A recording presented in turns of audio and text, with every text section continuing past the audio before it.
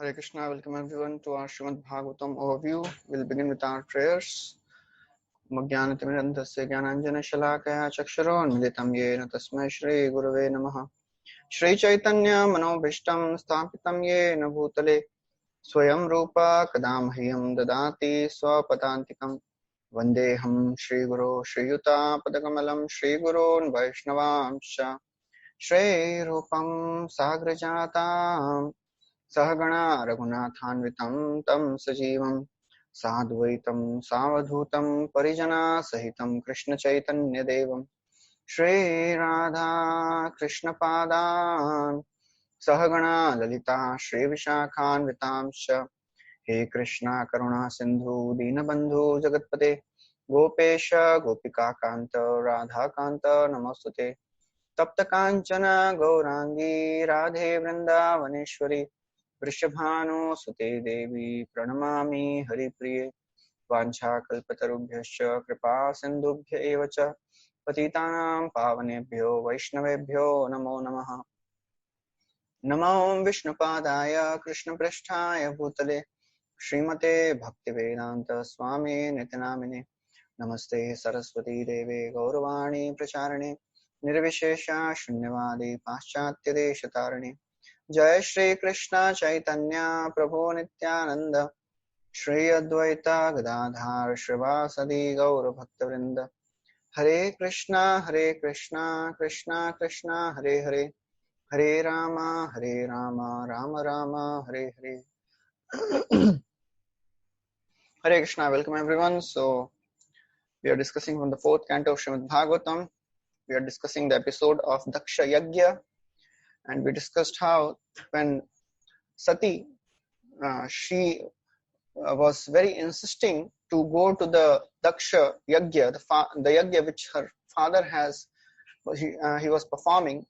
So Lord Shiva, he gave so many reasons why she should not go. And we saw that when Sati, she told that, oh, this is, all my sisters are going, all the devatas, they are going. Anyways, it is the home of my father and we should go to the father's place even if they are not inviting us.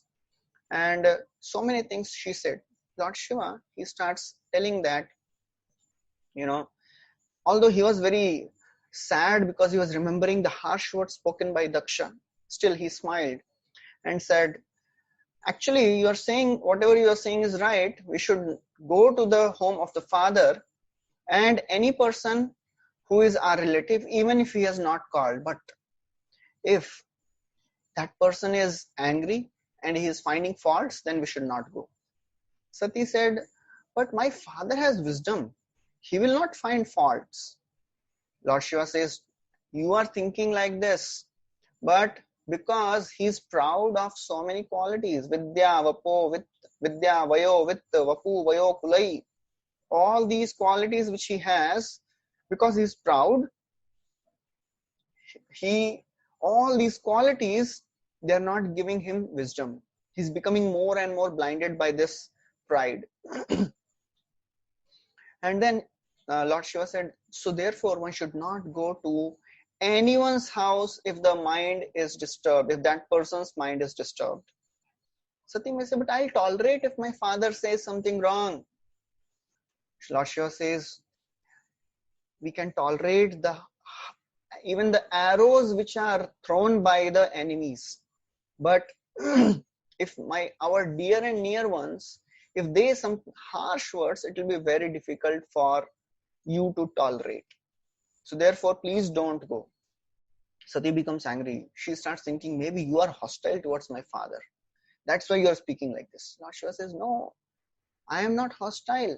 You can sit in meditation and samadhi and you can ask Paramatma within your heart about my good and bad qualities. That is an argument which is going on. Then Sati, so this conversation is like shown by acharyas. So Chakravarti Thakur, he writes all this background conversation, whatever Sati is thinking. So Sati, now she says, okay, I accept that you don't have any ill intentions, but you could have got up. You could have gotten up from your seat. Why you didn't get up? So Lord Shiva says, I was showing respect to the Paramatma. And what is the use of showing respect to the body of a materialist person? Sati says, okay, even I accept that you are offering respects to the Paramatma, but why you had to go in Samadhi at that time only? That time only you had to go in Samadhi. Lord Shiva said, that is not in my hand. The Supreme Lord is all independent. If he manifested in my heart at that time, what can I do? So many things went back and forth, and ultimately Sati became very angry. She left, and all the followers of Lord Shiva, they also went with her. And ultimately, when she reached the Daksha Yajna, she was not invited. Only her sisters and mother, they welcomed her. She became very angry when she came to know that Lord Shiva, there was no portion, no oblation made for Lord Shiva. So Sati became very angry. She started condemning all the sacrifice which Daksha was performing. She said, all of this yajna is of no use. You are behaving like a sadhu. You are calling my husband Lord Shiva is inauspicious. He is most auspicious. He is served by even Brahmaji. All the great controllers of the universe, they worship him. And then she says that because I am born of you, because I have heard blasphemy of my husband Lord Shiva, there are three things one should do. Two things one should do. Either one should cut off the tongue of the person who is blaspheming, or kill himself, or kill that person, or commit suicide. She says, I will not do the first and second, because if I do that, people will say Shiva killed Daksha through his wife. Therefore, I will burn myself. So she sat in meditation and she burnt herself. The news went all over the world. All the followers of Lord Shiva, they attacked Daksha, and Bhrigu Muni, he produced Ribhu Devas from the sacrificial fire, and all these Devatas, they defeated all the associates of Lord Shiva. They went away. So that was what we discussed yesterday. So in this 5th chapter, which is entitled as the frustration of the sacrifice of Daksha, will be described. So when this news reached Lord Shiva, so Narad Muni, he went and told Lord Shiva what had happened. When Lord Shiva heard what happened about Sati's death, he became very angry. And he came to know that how his soldiers were driven away. He became very angry. And Lord Shiva could actually understand that Sati went to present the case of Lord Shiva. She wanted to prove the purity of the purpose of Lord Shiva. And she had all good intentions.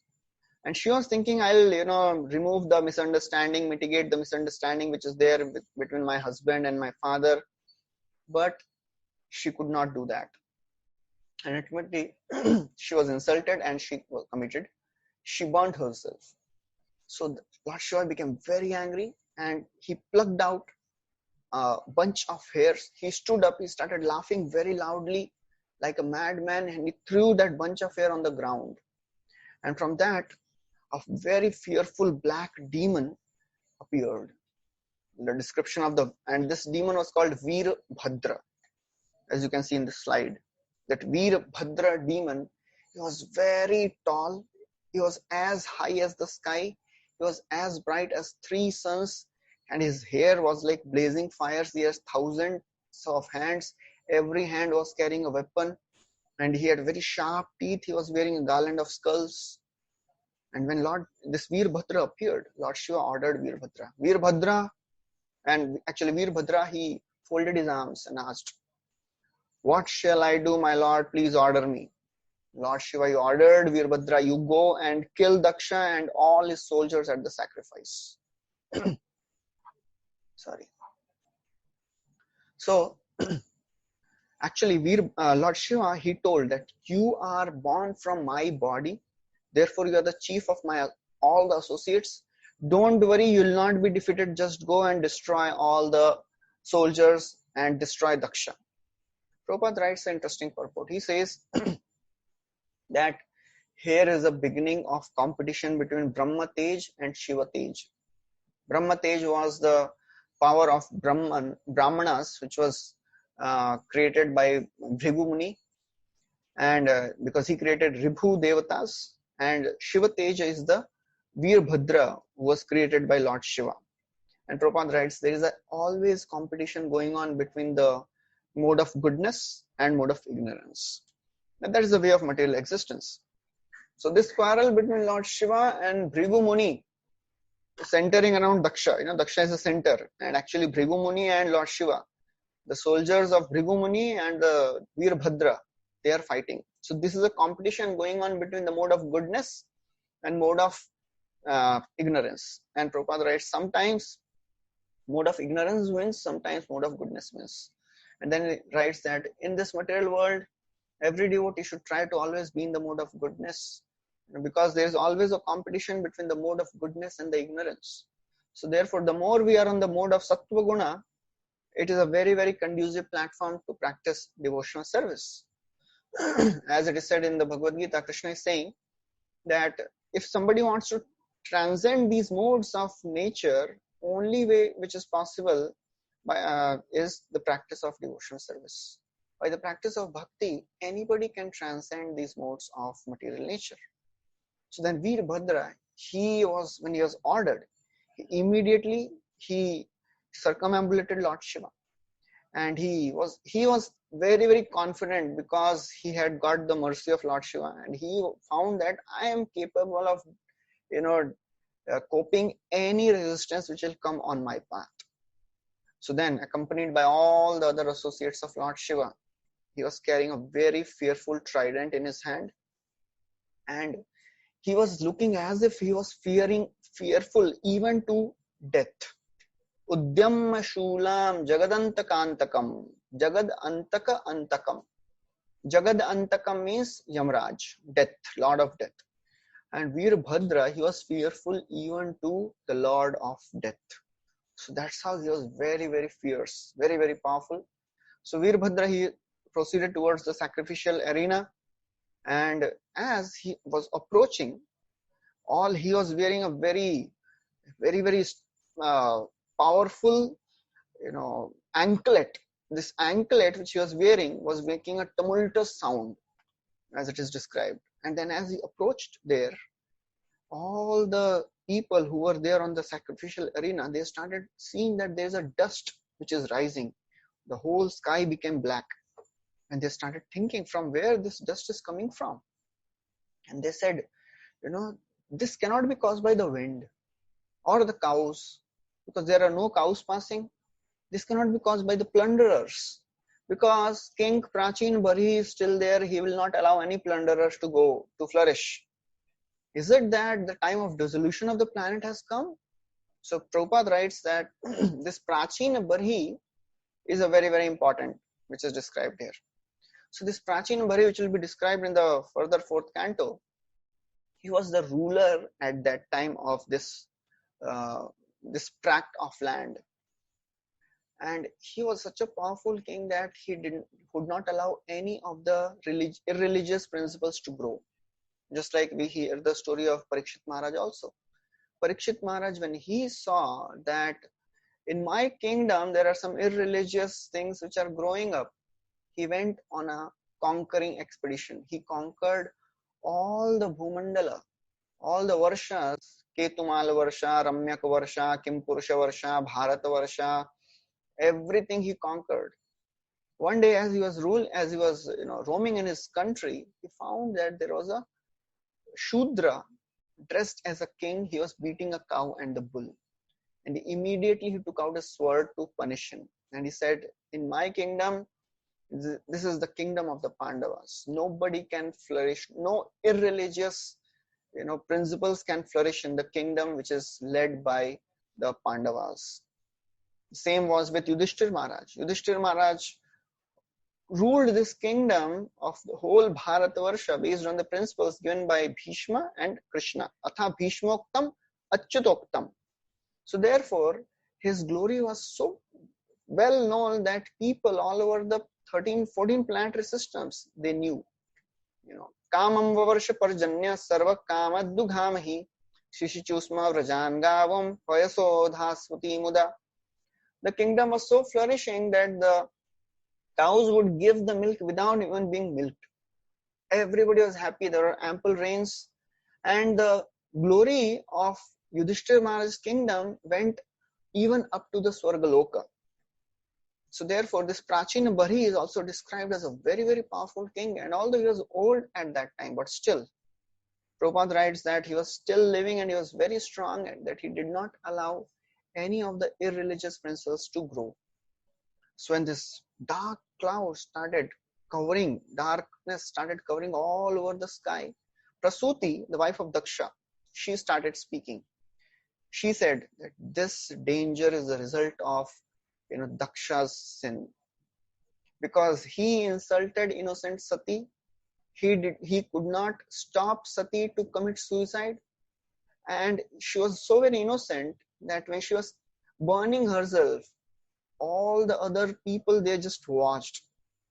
Daksha insulted Sati even in front of her sisters. So this is the result of that sin.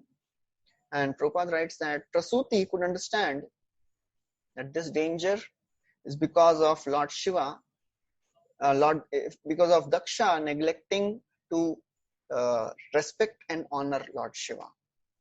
And therefore, she now describes the power of Lord Shiva. Prabhupada writes, the women, as nature, they are very soft-hearted. So Prasuti, she could understand, because Sati was not treated properly. This is the effect of the bad behavior which was done towards Sati. Especially Daksha offended her in front of all her sisters, and she was very innocent. So now Prasuti starts telling about the glory of and power of Lord Shiva. She says that Lord Shiva, he can destroy everything. When he dances, this Tandava Nritya, she says when Lord Shiva dances at the time of dissolution, all the material creation gets destroyed. So nobody can resist Lord Shiva's power. And you have offended Lord Shiva by insulting him and by becoming an instrument to kill Sati. And she says that how can anybody, even if he's Brahma, even if Brahma comes, if there is no good fortune, even Brahma will not survive in front of Lord Shiva. If Lord Shiva is angered, nobody will survive. He is very, very terrifying in his appearance. He has intolerable strength, and just by movement of his eyebrows, all the planets, they get scattered. And then as she was speaking, there were ill omens all over the place. And Daksha, he could see that there are ill omens. All the danger signs were there everywhere. Bahuevam udvigna drishyochamane. Udvigna, he became very anxious. Janena dakshasya muhur mahatmana. So Maitreya Muni is using a very wonderful word. He's calling Daksha as Mahatma. So this is a very interesting. Why Maitreya Muni is calling Daksha as Mahatma? So Prabhupada writes that in this verse, Daksha is described as Mahatma. You know why? Because Veer Raghavacharya, he has commented that Mahatma means steady in heart. That is to say that Daksha was so strong-hearted that he did not even budge an inch, even when his daughter was about to lay her life. He was steady and unshaken. So actually, then Prabhupada writes, this is not a glorification of Daksha. Vishwanath Chakravarti Thakur writes that a Mahatma is one who has taken shelter of Krishna. Mahatmanastu mam partha daivim prakritim ashrata. But Daksha, he was not taking shelter of Mahatma. He was not taking shelter of Daivi Prakriti. He was taking shelter of external energy. He wanted to enjoy this material pleasures. So therefore, Chakravarti Thakur writes, unless one exhibits the symptom of Mahatma, he should be considered Duratma or a degraded soul. So therefore, the word Mahatma, which is used to describe Daksha, it is spoken sarcastically. Just see, you are such a great Mahatma. You are so strong-hearted that when your daughter was dying, you did not even stop her. That is sarcasm. One time, Prabhupada was with his disciples, and it was a very intimate circle. So Prabhupada, he was speaking, and he asked, so who is greater, Mahatma Gandhi or me? So all the disciples were confused. Kya bolenge? Prabhupada said, me. You know why?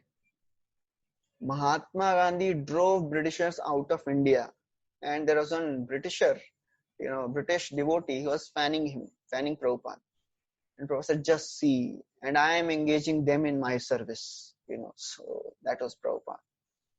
And Prabhupada was very much against that. This Mahatma used should be given only to the devotees of the Lord. This is not a political word, political title which can be given to a person. Mahatma is only used for those words who have surrendered. Devi Prakriti Ashrita. So then Veerbhadra, he reaches this place along with all the associates.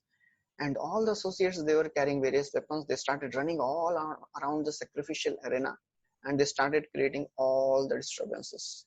What all disturbances they created? Kechit bhavunja pragvamsham patni shalam tathapare shadagnidra shalam cha tadviharam mahanasam. So Kechit, some people, they started bhagnayam. Bhagnayam means bhavunja.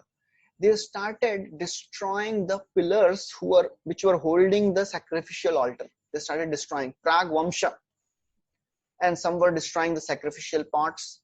Patni shalam, some entered the quarters of the women, and others, they entered the, Chakravarti Thakur writes that others, apare means, some people, they entered the shed for the vehicles to carry Soma. Som god had come with his vehicles, so his vehicle was parked.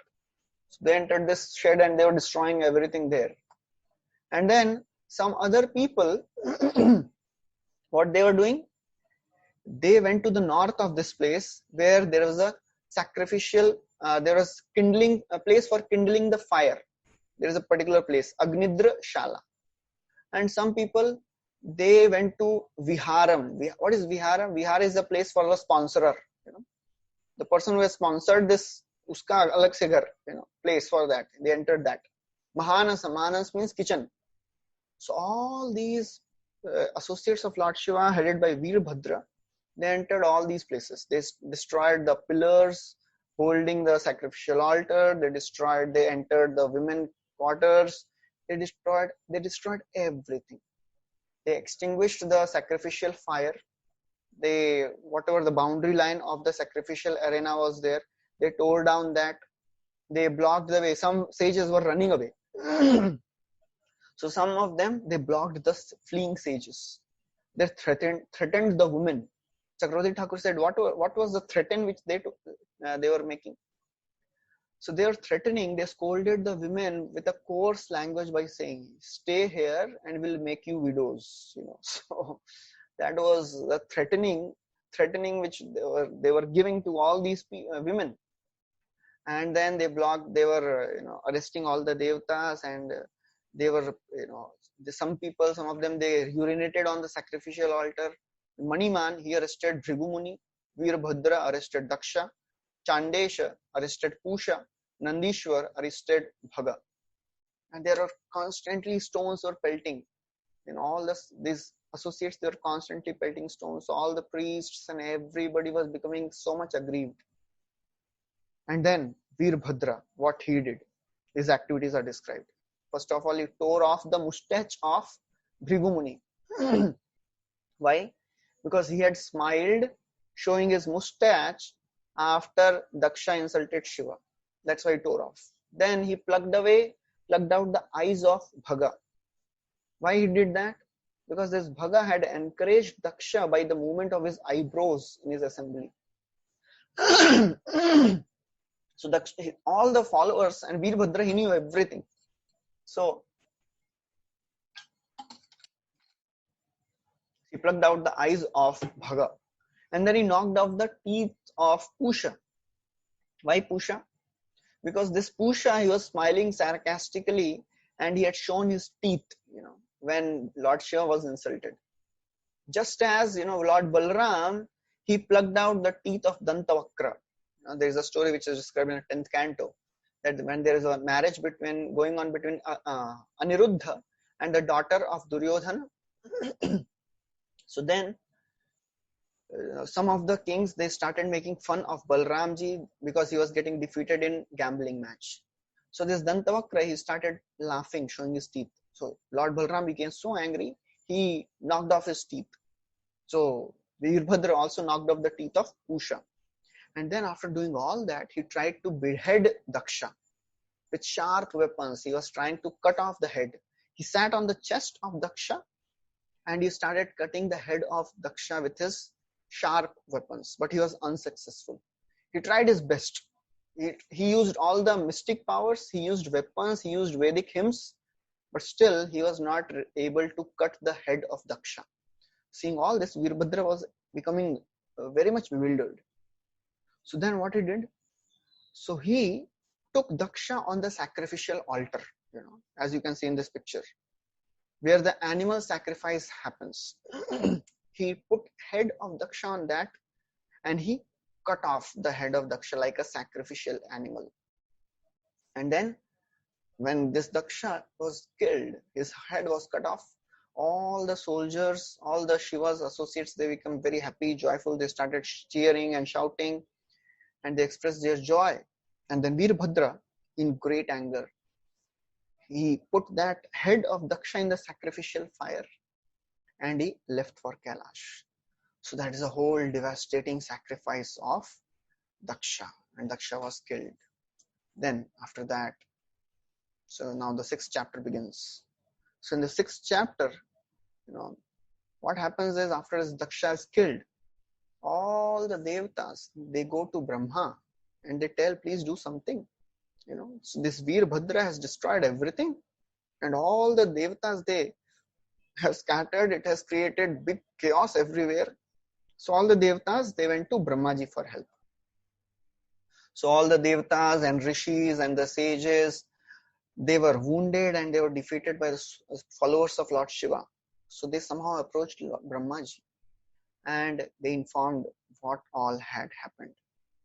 Interestingly, Brahma and Vishnu, they had not gone to attend this sacrifice because Brahma and Vishnu, they are Trikalagya. Brahma also knows by the mercy of Lord Vishnu, Brahma and Vishnu, Vishnu is anyways Supreme Lord. Vedaham samatitani vartamanani charjuna bhavishyani cha bhutani mam tu vedana kaschana. Lord Shiva says, I am the knower of all the Vedas, I know past, present and future.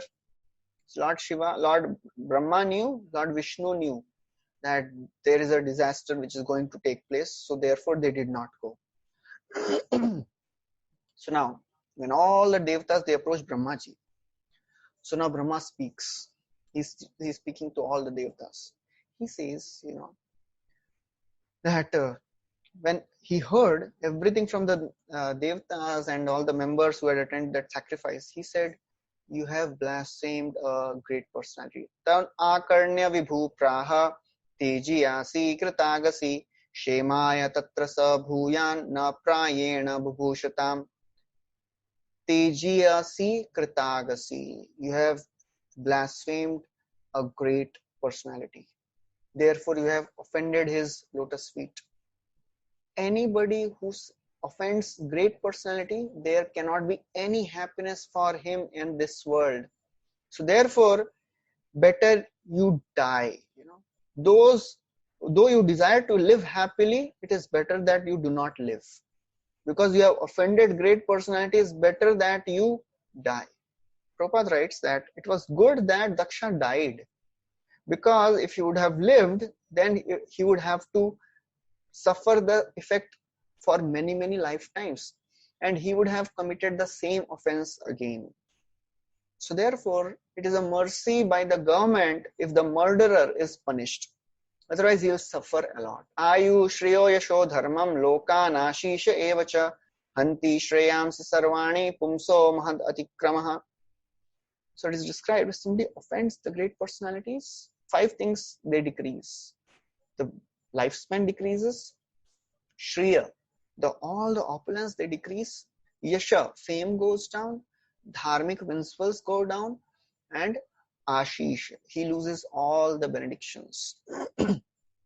So therefore, if somebody offends the great Vaishnavas of the Lord, he can not live peacefully either in this world or in the next world. So therefore, better he should die. At least his reactions will be reduced.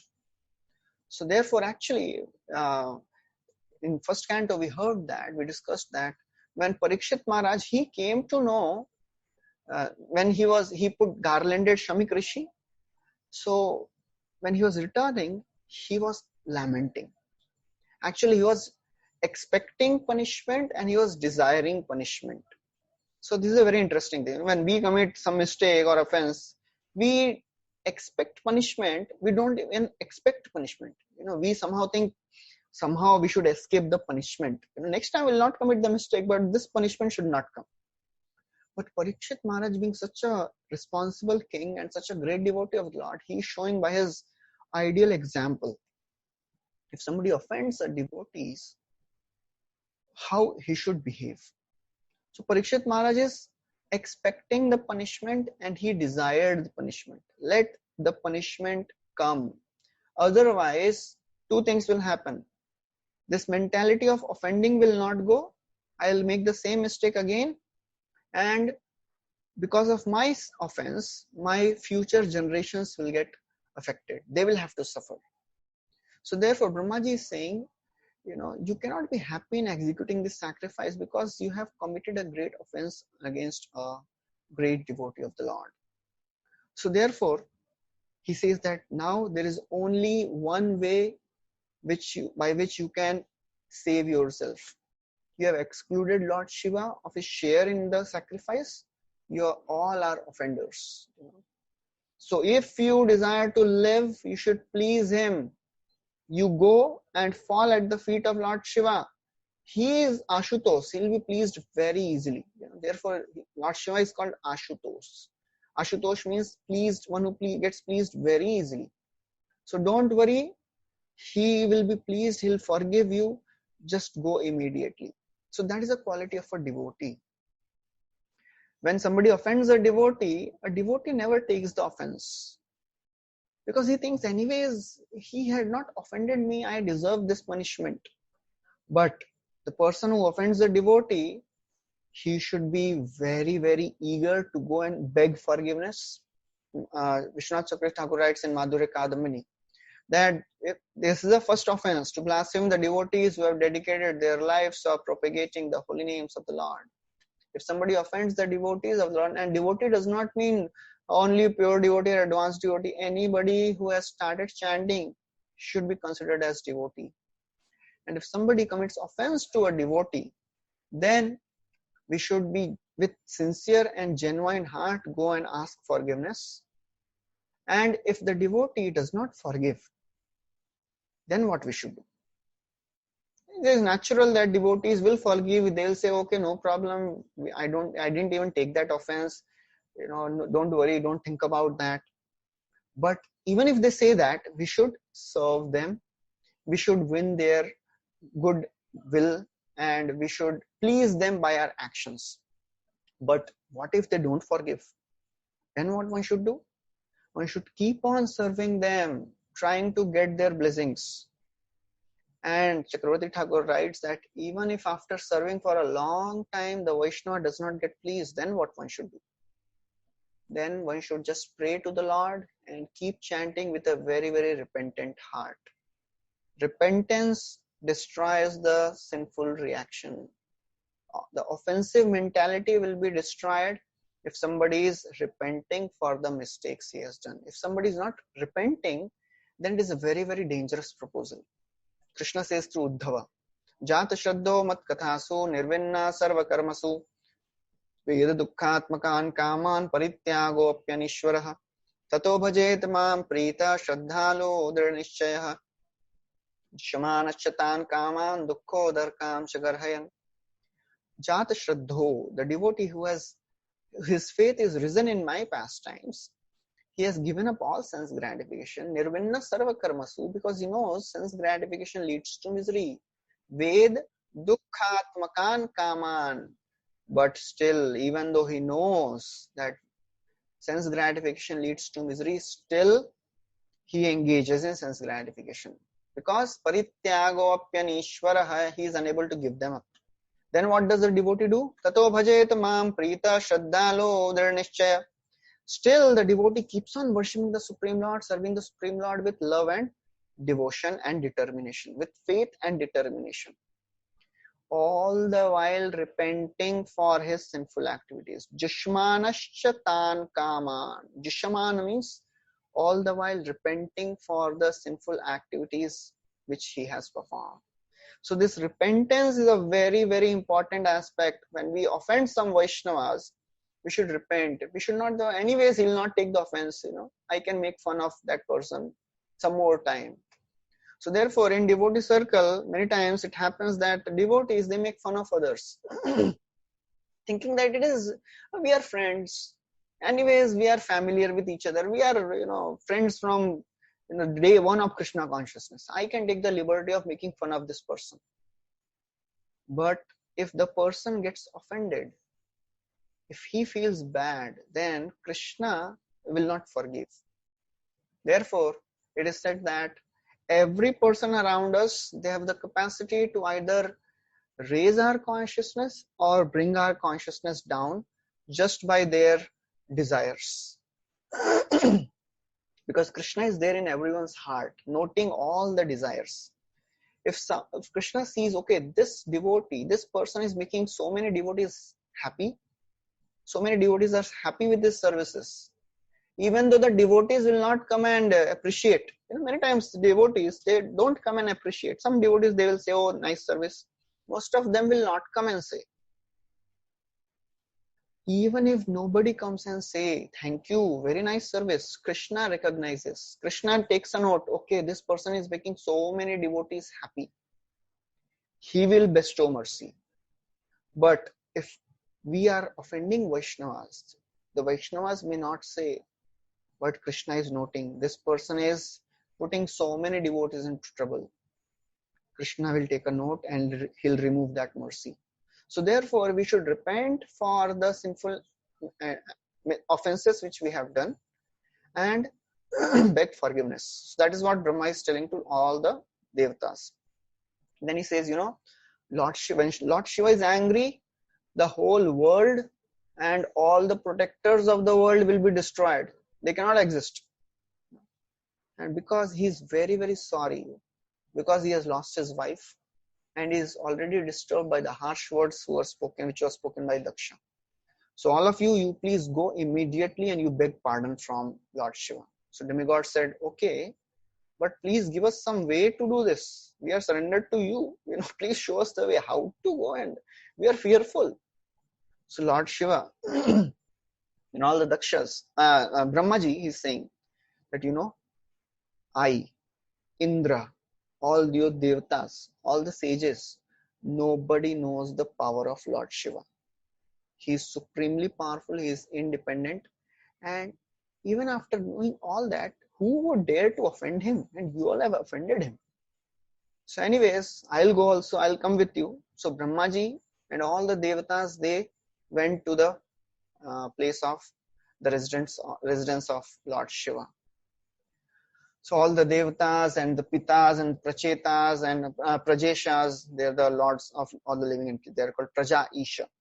And Brahma and all the other people, they left for Kailash. And then the beautiful description of Kailash is described. So Kailash, it is described that it was filled with all the herbs, and this whole place was permeated with the sound of the Vedic hymns, and all the devatas and kinnaras, they were engaged in all the tapasya, and Gandharvas were there, Kim Purushas, Apsaras, they were there. This whole Kailash mountain was filled with valuable jewels and minerals. Varieties of trees and plants were there. There were beautiful waterfalls. There were very beautifully decorated caves were there, where wives of all the mystic sadhus, they were staying. Then there's a description of the birds. Peacocks were making beautiful sound. The bees were humming. Kapu was singing. There were very tall trees. And there were elephants. When they walk, they would shake the whole place. There were beautiful flowering trees like Mandara, Parijata, Tamala, Tala, Kovidara, Ashana, Arjuna, Amra, and mango trees were also there. Kadamba was there, Dhuli Kadamba, Naga, Punnaga, Champaka, so many, the list of flowers are there. And then there were some fruit bearing trees. Who are they? Which all fruits were there? Jackfruit, banyan, negrodras, and trees producing asafoetida, betel nuts, bhurjapatra, rajpuga, mango. List is described. Then flowers were described. There were lots of animals were there: bears, monkeys, lions, yakshas and rakshasas were also there, rickshaws, forest cows. So all these were there. And this Kailash hill was surrounded by Alaknanda. Alaknanda is Ganga. And this Ganga, which was coming from the head of Lord Shiva. Because when Mother Ganga came on this earth, she asked two things from Bhagirath. I'll come, but there are two conditions. Who will take the brunt of my force? Secondly, when I'll come, people will take bath in me, they'll contaminate me, who will purify me? Bhagirath said, Lord Shiva can take that, force of your descent. Don't worry about that. And then when you take birth, when you come in this planet, people will take bath, they'll deposit their sins, but the devotees of the Lord will come and they'll purify you. So don't worry about that. So Ganga, she is flowing from the head of Lord Shiva in the form of Alaknanda, and in that Alaknanda, Sati would take bath. So Ganga is already auspicious, but by being bathed, because Sati was taking bath in this Alaknanda became all the more auspicious. So when demigods, they came and they saw the opulence of Kailash, they were struck with wonder. And then the Alka region is described. So this Alka, when the demigods, Alka means the place that is where the Alaknanda river is flowing, that is, the region is called Alka. So when demigods, they saw the beautiful Alka region, and there was a particular forest called Saugandhika forest. So Saugandhika is coming from, the word came from the Saugandhika lotus flower, and it had a very, very beautiful, attractive, very, very charming fragrance. So then, this outside the city of this Alka, there are two rivers which are flowing, Nanda and Alaknanda. And this Alaknanda, it is already auspicious because it is carrying the dust of the lotus feet of Lord Vishnu.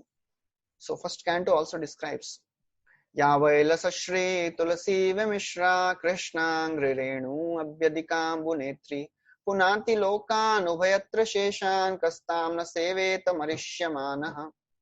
So this Ganga, on the bank of Ganga, Parikshit Maharaj was sitting.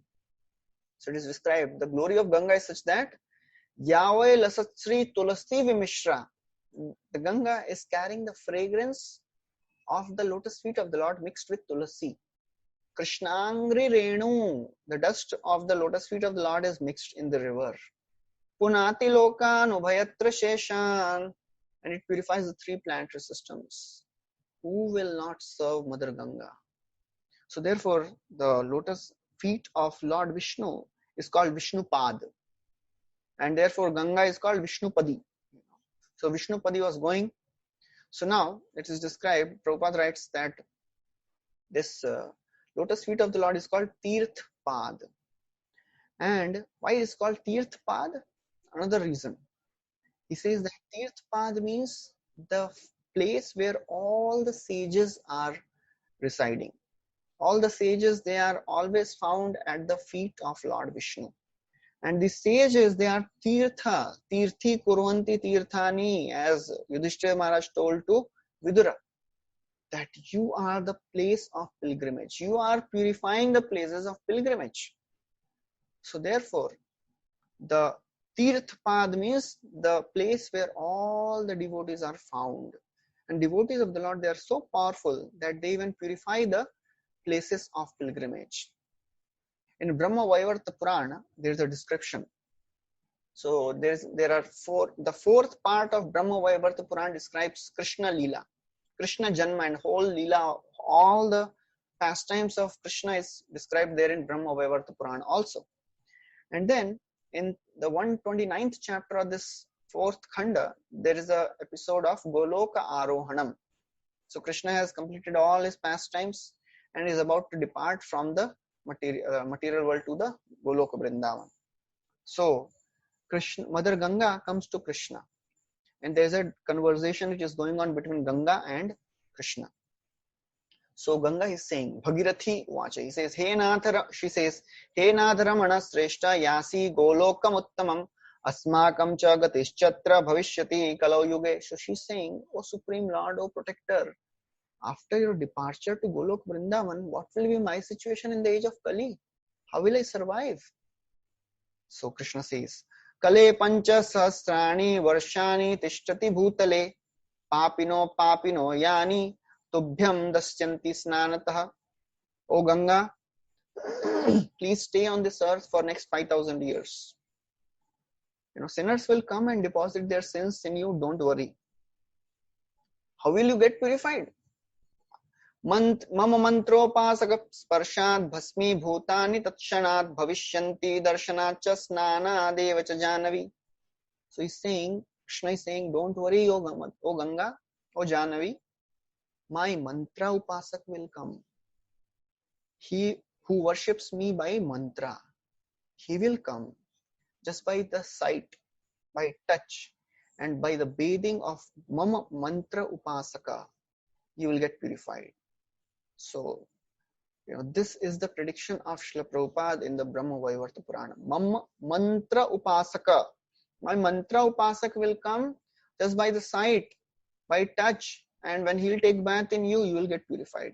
Harer namani yatreva puranani bhavantihi tatra gatva savadhanam cha abhi shraddham cha shraddham cha shrosi. So then Krishna is saying, wherever the chanting and the glorification of the names of Lord is going on, you reach that place and hear attentively. Especially Srimad Bhagavatam, Puranani. So Puranani means basically is used for Bhagavat Purana. And then he says, by hearing this Bhagavat Purana, even the sin of killing a Brahmana is removed. He says, Bhasmi Bhutani Tanyeva Vaishnava Linganena Cha Trinani Suksha Kasthani Dahanti Pavakoyatha. Just as a dry grass is burnt by fire, by the embrace of a Vaishnava, all the sins are burnt. Bhasmi Bhutani Tani Eva. All the sins. Vaishnava Alinganena Cha. Alingan. If somebody embraces a Vaishnava, all the sins gets destroyed. Therefore, he says, O Ganga, the whole planet will become pilgrimage site by the presence of Vaishnavas. So therefore, this is how Srila Prabhupada, when he made the whole world into Vaishnava, there are so many devotees all over the world. So Krishna is predicting all that. Krishna has already told 5,000 years back. He's saying, O Ganga, Tathapi Vaishnava loke papani papinamapi pritivyam yani tirthani punyanyapi cha janavi. He says, O Ganga, the whole planet will become a pilgrimage site by the presence of Vaishnavas. Even though it had been full of sinners and sins. Don't worry about that. My mantra upasak will come, he'll make devotees all over the world and the whole world will become pilgrimage site. That's why Prabhupada would say, our temples are Vaikunthas. They are place of pilgrimage. One person came to Prabhupada and said, Swamiji, there are so many temples which are already there in India. Why are you wanting to make another separate temple? And this person was having a small child. And Prabhupada said, so this is your child? He said, yes, Swamiji, this is my child. Why do you want a child? There are so many orphans. Adopt one of them. He said, Swamiji, this is my child. So Prabhupada says, similarly, this is my temple. I can make the rules there. And I want to make my temples as spiritual universities. So therefore, this is the mercy of Prabhupada that he has created pilgrimage places all over the world. Therefore, Prabhupada, when he was in America, in Los Angeles, he told that when I die, just make my samadhi on the 5th floor of this, building. So, and he said, this New York is a pilgrimage place. There are so many devotees. I don't want to go to Vrindavan. If I die here, make my samadhi here. So that was the conviction of Prabhupada. So Krishna is saying, Bhaktanam sharireshu shanti puteshu santatam mad bhakta padarajasa sadhya putava sundara. So he says that in my body of devotee, in the body of my devotees, eternally a purifier remains. Purifier is there in the body of my devotees. So Mother Earth, don't worry. Ganga, don't worry. Mother Earth will become purified by the dust of my devotees. So therefore he says, it will be the same in the case of pilgrimage sites and the whole world. Those who will be intelligent, they'll worship my mantra and take remnants of my food as prasad. So that's how Krishna is telling. And then he says, Krishna is telling to Ganga, Kaler das sahasrani madbhakta santi bhutale ekavarna bhavishyanti madbhakteshu gateshu cha. He says, for 10,000, we have heard many times, Prabhupada would say, Krishna consciousness would stay for next 10,000 years. From where it has come? This is the verse. Krishna is telling to Ganga, Kale dasa sahasrani mad bhakta santi bhutale. In Kali Yuga, for the next 10,000 years, my devotees will be present. After that, ek varna bhavishyanti. After that, there will be only one varna, all malechas, all outcast people.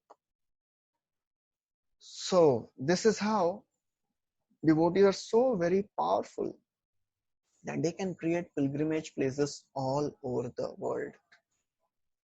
So then Krishna says, Kalaudasha Shrani Hari Tishtati Medini Devanam Pratima Pujya Shrashtani Cha Punarakam.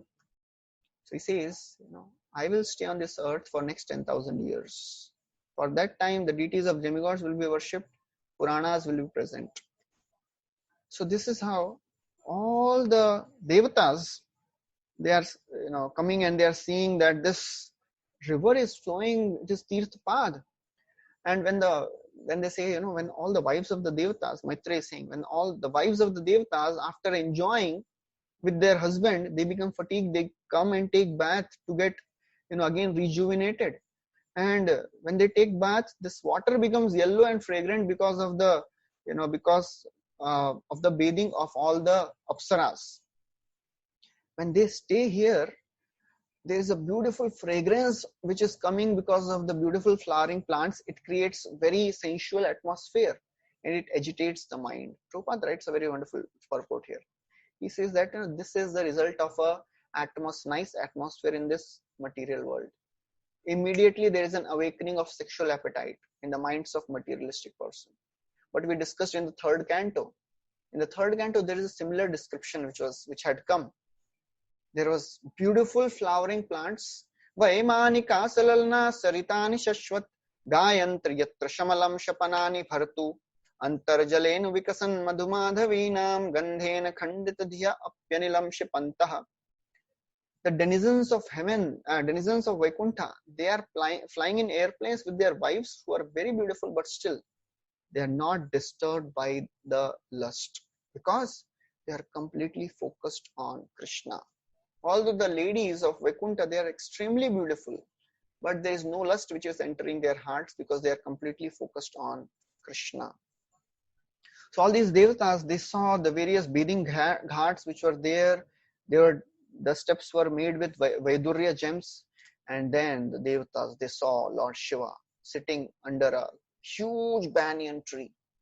What was the size of that banyan tree? It was 100 yojanas high. 1 yojana is 8 miles. 100 yojana means 800 miles high banyan tree. And the branches were extending for 75 yojanas. Lord Shiva was sitting under that tree. And this Lord Shiva, he was very, very powerful in his meditation. And he was doing this tapasya to deliver the people in general. He was as grave as eternal time. And he was completely absorbed in the meditation on the Supreme Personality of Godhead. And Lord Shiva was surrounded by Gandharvas, Kuvera, Guhyakas, and 4 Kumaras. Just imagine the contrast. As you can see in this picture, this one slide completely captures all the description. That is the expertise of the artists of the BBT. So Prabhupada told all the artists, you make the paintings according to the descriptions which were there in the Bhagavatam. One time, one devotee, he was on a terrace in Vrindavan and he was seeing the beautiful scenery, so he painted that scenery. Then he found that Krishna must be there. Krishna ke bina kaise hoga? So he painted Krishna also and then some Gopas. And then he thought maybe I should get it approved from Prabhupada. So he went and asked Prabhupada, he showed his picture, painting. Prabhupada said, which verse? So he got bewildered. He said, Prabhupada, Krishna in the forest of Vrindavan. Okay, but where it is mentioned? He said, Prabhupada, Krishna is unlimited. So Prabhupada said, Krishna is unlimited, you are limited. Don't speculate, stick to the verse. So, this one slide encapsulates the description of Kailash. So there you can find Lord Shiva is sitting and Narad Muni is there, 4 Kumaras were there and Kuber was also there. So Prabhupada writes, this shows that Shiva's association with Kumaras and Kubera shows that he has transcendental and material opulence also. Although he is a qualitative incarnation of the Supreme Lord, he is personally very exalted in position. So therefore Lord Shiva does lots of tapasya, yoga, vidya, all these things he is doing for what? He is doing for the welfare of people in general. Vatsalyat loka mangalam is only doing for the welfare of people in general. That is a symptom of a great soul. Great souls, they do tapasya for the welfare of others. Mahad vichalanam nrinam grinam dina chetasam nishrayasaya bhagavan kalpate na anyatha kvachit. Great souls, they wander for the welfare of people in general. Just like Vyasadeva we discussed in the first canto. He took so much of tapasya in writing all the scriptures. Why? Bhautikanam cha bhavanam shakti rasam cha tatkritam. He saw people of Kali Yuga, they are unintelligent, they have very short lives, they cannot understand anything, they can't remember anything. Let me write whole Vedas for their welfare. So Lord Shiva was seated on deer skin and he was doing all sorts of austerity. Prabhupada writes, this shows that the discussion, and he says that actually Lord Shiva was doing all sorts of austerity, shows that he is not doing the austerity which is generally performed by the Vaishnavas. Because Lord Shiva is such a benevolent personality, he likes to attract everyone. All the ghosts and the hobgoblins and all the demoniac species, they are attracted to Lord Shiva seeing their severe austerity. The only one purpose is he wants to somehow make them advance in their consciousness. He wants to give them his own association. And then the Devatas, they saw that Lord Shiva was speaking to Narada Muni. And Prabhupada writes, when Lord Shiva is speaking to Narada Muni, they were talking about absolute truth. What will be that absolute truth? Narada Muni is a great devotee. Lord Shiva is a great devotee. They will speak about bhakti only. So they will not talk about any, yoga, ashtanga and gyan. They will talk about bhakti. When 2 businessmen meet, what they will do? They will talk about business. If 2 drunkards meet, what they will do? They will talk about, okay, which brand of whiskey is coming, which brand of liquor is coming next. If 2 lusty person meets, they will talk about women. Similarly, when 2 devotees meet, they will talk about Krishna. Parasparanu kathanam pavanam bhagavatesha mitharati mithatushti nivrittir mitha atmana. So that's how devotees, they become happy when they discuss Krishna Katha together. It is described. Nayatra Vaikuntha Katha Sudhapagana Sadhavo Bhagavata Sadashraya Nayatra Yagyesha Makha Mahotsava Suresha Loko Pinavaisha Sevyatam. So a devotee is not interested in staying anywhere if there is Krishna Katha not going at that place, even if it is heaven. So therefore devotees are only interested in discussing Krishna Katha. So Lord Shiva is here, it is described, he was sitting on Viras in Virasan. Virasan means, as you can see in this slide, his left leg on his right knee, and his left hand on the knee of the left leg. And his hand was holding this Rudraksha bead, and he was in mode of argument. His finger was in mode of argument. That's the exact picture, which is painted. So therefore, when all the sages and devtas they offered their all respects to Lord Shiva. Lord Shiva was dressed in a saffron garment. It is described he was absorbed in trance, meditating on the Supreme Lord. And he is described as Manunam Adyam. He is the chief of all the thinkers. Means he was supremely thoughtful. Why he was thoughtful and what he was meditating on? He was meditating on the Supreme Lord.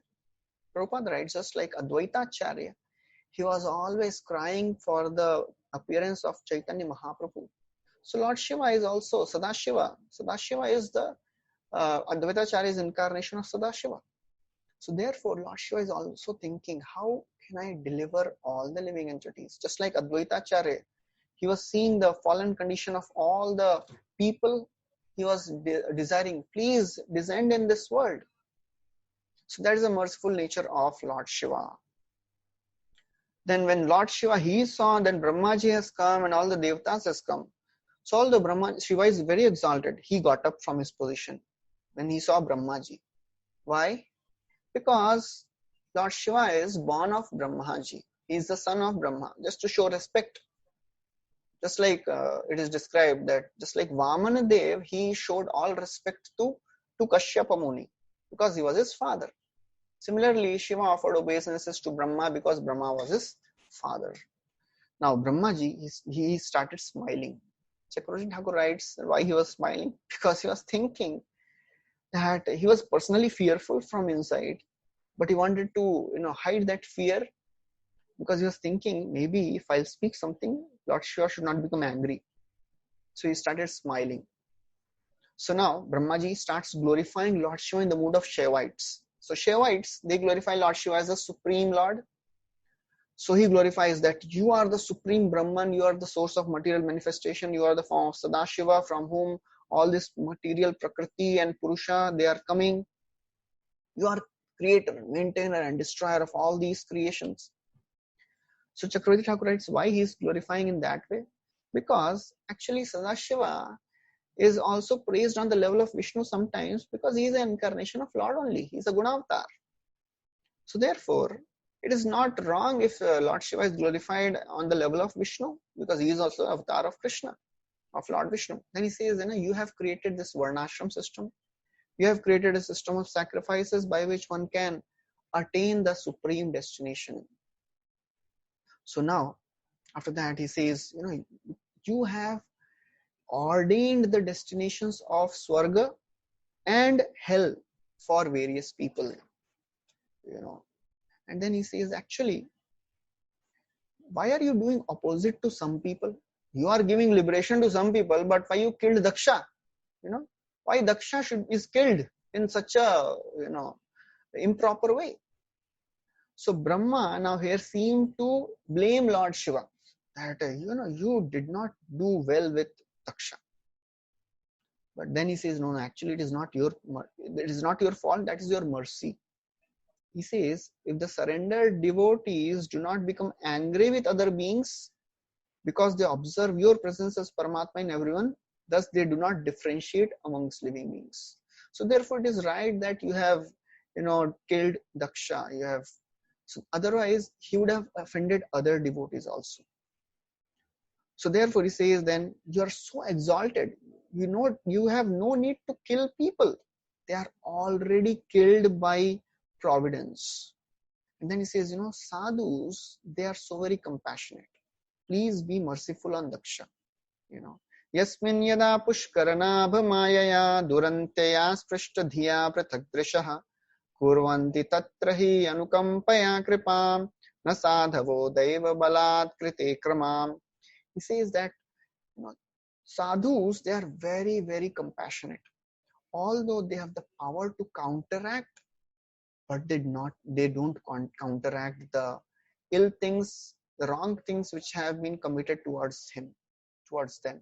And we see the story of Parikshit Maharaj. Parikshit Maharaj, although he was cursed in a wrong way, still he did not counteract.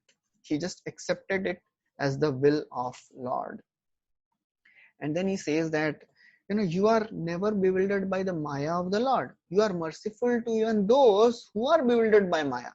So please show mercy to Daksha. You have destroyed everything because, you are not offered a share in the sacrificial fire. Please accept your share. Please give back Daksha his life. Please give back Bhrigu his eyes. Please Bhrigu his mustache. Please give Bhaga his eyes. Pusha his teeth. And please revive all the injured devatas. So then, as he heard this, Lord Shiva heard all these beautiful prayers. Lord Shiva becomes very, very happy. And then he says, actually, I have not punished them because I am envious of them. I have punished them for their own purification, rectification. Just like a father sometimes punishes the children, similarly, I have punished them so that they will be rectified of their mistake. And then he says, okay, no problem. If you want me to, show mercy to them, so then he says, okay, let Daksha will have a goat head because he had the intelligence of goat, so therefore he'll have a goat head. Bhaga, okay, he'll see the portion of sacrifice with Mitra's eyes because his eyes were contaminated with fault. Pusha will chew through the teeth of his disciples, or he'll eat chickpea dough if he's alone. And then he says, okay, the demigods, they did not side with Daksha when he was criticizing, so therefore they'll be restored of all their limbs. But the priests and they work with the arms, others and priests and others, because they sided with Daksha. What they'll have to do? They'll have to work with the arms of Ashwini Kumaras. And Bhrigu, he'll have a mustache of a goat because he was a chief advisor. So seeing all that, saying all this, Lord Shiva, he gave benedictions to everyone. Everyone approved of whatever Lord Shiva said, and all of them went to the sacrificial arena. And there, Daksha was given a goat head, and all the other people, they all got revived back. Daksha, when he got a goat head, immediately he got up as if he was sleeping, and he came back to his consciousness, and he got all his sinful mentality got removed. He became purified. He fell at the feet of Lord Shiva and started begging, please forgive me. By punishing me, you have showed me supreme mercy. I was so absorbed in false ego, I offended you. So it is your great mercy that you have given me you have punished me by cutting off my head. Now you are so very merciful that you have revived me back. So I am very grateful to you. Although I insulted you with harsh words, but you did not take it seriously. And you have just, given me some punishment. I was about to go to hell, but you have revived me back. So then after saying all this, Daksha, he begins his sacrifice again. And then as he was doing all the sacrificial ceremonies, he poured all the oblations. Supreme Lord appeared. And the beautiful description of the form of Lord is described. He was very, very beautiful, blackish in complexion. He was wearing a golden yellow garment, and he had a beautiful crown, and he was wearing beautiful shining earrings. He had 8 hands, and his body was looking like a very beautiful lotus flower. And then as Supreme Lord appeared, all the devatas, they offered their respects, offered their obeisances, because Supreme Lord Vishnu, everybody recognized that he is the Supreme Lord who has appeared. Everybody offered their prayers. And he says, the devatas, they say, oh my Lord, we are very grateful to you. We are offering prayers to you, but the ability to pray is also coming from you only. So therefore, when we get a chance and we can pray to the Lord, this is a mercy of the Lord that we are able to pray. So whenever we go in front of the deities of the Lord, we have to offer our heartfelt prayers. That is the purpose of the deities. We have to go and offer prayers, heartfelt prayers. There are three types of prayers which are mentioned in Bhakti Rasamrita Sindhu: Samprarthanatmika, Dainya Bodhika, and Lalasamai. First of all, we have to glorify the Lord. Glorify the Lord for His beauty, for His power, for His opulence, for His mercy, benevolent nature, and then express our fallen condition. And then ask for benedictions for others and for ourselves. So all the devatas, they are praying, offering their respects. Daksha starts offering prayers. Oh my Lord, you are the supreme master of all the sacrifices. You are the supreme guru. And then after that, all the other associates, all the people who are assembled there, they all offer beautiful prayers. All the priests, they say that we were absorbed in karmic activities, but you have purified us of that karmic mentality. And then Lord Shiva offered prayers that may my mind be fixed on your lotus feet, O my Lord. I may not get affected by all these modes of ignorance. Then Bhrigu prays, please forgive us for our behavior. And then Brahmaji says that your transcendental Swarupa cannot be understood by anyone in this world. So how can people like Daksha and Bhrigu, they can know you? Indra also prayed, you are in your 8-handed form, you are protecting all the citizens of the universe. You are there for the welfare of this entire universe.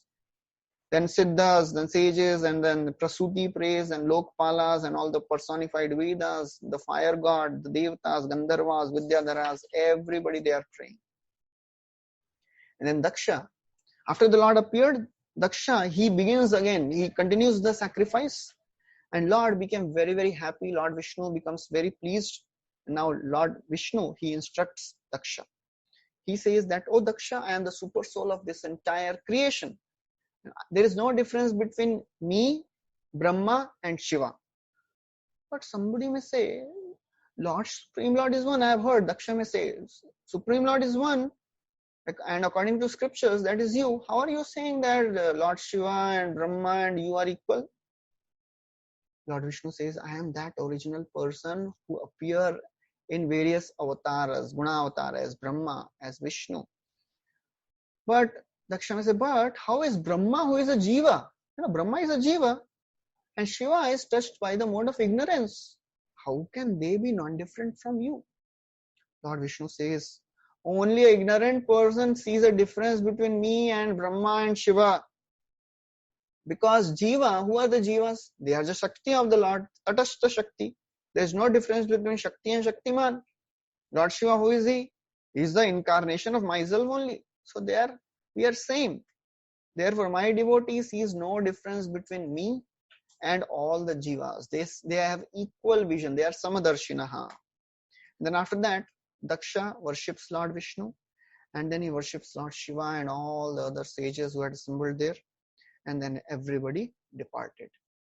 Then in due course of time, Sati was reborn as Parvati to the Himalaya and Menaka. So then Sati, she was Parvati, who was Sati herself, she again got married to Lord Shiva. So this is the end of the 7th chapter. So Falashruti is given by Maitreya Muni that constant hearing and narrating of this pastime with devotion purifies one of all the sinful reactions. So this is the end of the 7th chapter. So thank you very much. Hare Krishna, Srila Prabhupada ki jai, Granthra Srimad Bhagavatam ki jai. So from tomorrow we'll begin this pastime of Dhruv Maharaj. So anybody has any questions?